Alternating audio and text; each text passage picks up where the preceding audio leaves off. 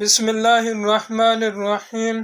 عبداللہ بن عمر رضی اللہ تعالیٰ عنہ سے روایت ہے کہ رسول اللہ صلی اللہ علیہ وسلم نے فرمایا، درختوں میں ایک درخت ایسا ہے جس کے پتے نہیں جھڑتے، اور مسلمان کی مثال اسی درخت کی سی ہے۔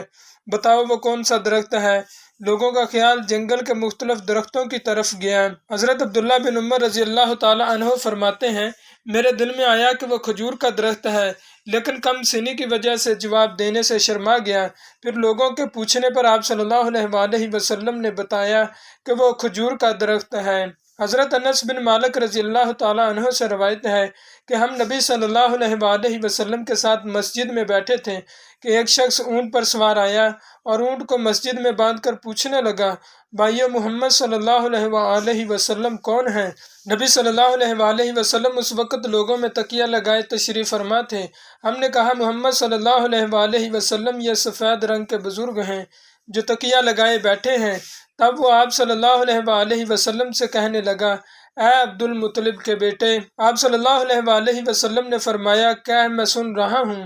وہ کہنے لگا، میں آپ سے چند سوالات کرنے آیا ہوں اور ذرا سختی سے سوال کروں گا، آپ برا نہ مانیے گا۔ آپ صلی اللہ علیہ وسلم نے فرمایا، ایسی کوئی بات نہیں، جو جی چاہے پوچھو۔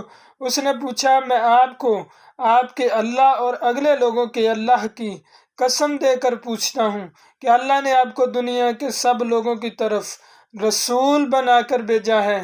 آپ صلی اللہ علیہ وسلم نے فرمایا، جی ہاں۔ اس نے کہا، میں آپ کو اللہ کی قسم دیتا ہوں کہ اللہ نے آپ کو رات دن میں 5 نمازیں پڑھنے کا حکم دیا ہے۔ آپ صلی اللہ علیہ وسلم نے فرمایا، ہاں۔ پھر کہنے لگا، میں آپ کو قسم دیتا ہوں کہ اللہ نے آپ کو یہ حکم دیا ہے کہ سال بھر میں اس مہینہ یعنی رمضان میں روزے رکھو۔ آپ صلی اللہ علیہ وسلم نے فرمایا، ہاں۔ پھر کہنے لگا، میں آپ کو قسم دیتا ہوں کہ اللہ نے آپ کو یہ حکم دیا ہے کہ ہم میں سے جو لوگ مالدار ہیں ان سے زکوٰۃ لے کر غریبوں میں تقسیم کر دو۔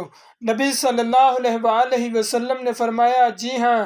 تب وہ شخص کہنے لگا، میں اس پیغام پر ایمان لایا جو آپ صلی اللہ علیہ وسلم اللہ تعالیٰ کی طرف سے لائے ہیں۔ میں اپنی قوم کا ایلچی ہوں۔